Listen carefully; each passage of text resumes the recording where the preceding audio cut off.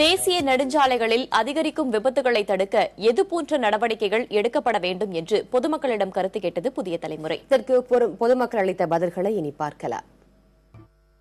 வண்டி வருது போகுதுங்கிறத தயவுசெய்து பார்த்தே அவங்க கிராஸ் பண்ணணும். கண்ட இடத்துலையும் அவங்க ஒரு எந்த வித முன்னறிப்பு இல்லாமல் டக்கு டக்குன்னு அவங்க கிராஸ் பண்ணுறதுனால பாதி விபத்து ஏற்படுறது. ஓட்டுநர்கள் அந்த வண்டியினுடைய வாகனத்தை கண்ட்ரோலாக போகணும். வண்டியும் நல்லபடியான அந்த கூடுமான வரைக்கும் அந்த கிளாஸ்கள் எல்லாமே நல்லபடியாக வச்சுக்கிட்டாங்கன்னா அந்த 6 மணி 7 மணி அந்த இதுகளில் உள்ள கூடுமான விபத்து நடைபெறாததை தடுக்கலாம்.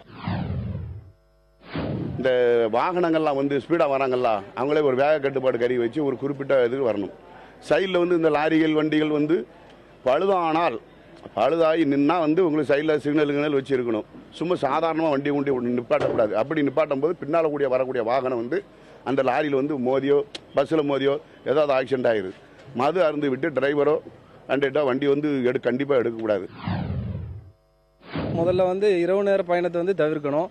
அப்புறம் மது அந்த மாதிரி போதை பழக்கங்களில் உள்ளவங்களை கண்டிப்பாக நம்ம டிரைவர் அந்த மாதிரி அதுக்கு அடிமையாக இருக்கிறவராக தெரிஞ்சோன்னா அவரை புத்திமதி சொல்லி அவரை அந்த தொழிலிருந்து மாற்றி அமைக்கணும்.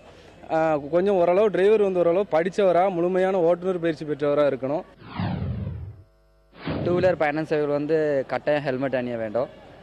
சாலை விதிகளை பின்பற்ற வேண்டும். ட்ரிங்க்ஸ் அடிக்கிறத அவாய்ட் பண்ண வேண்டும்.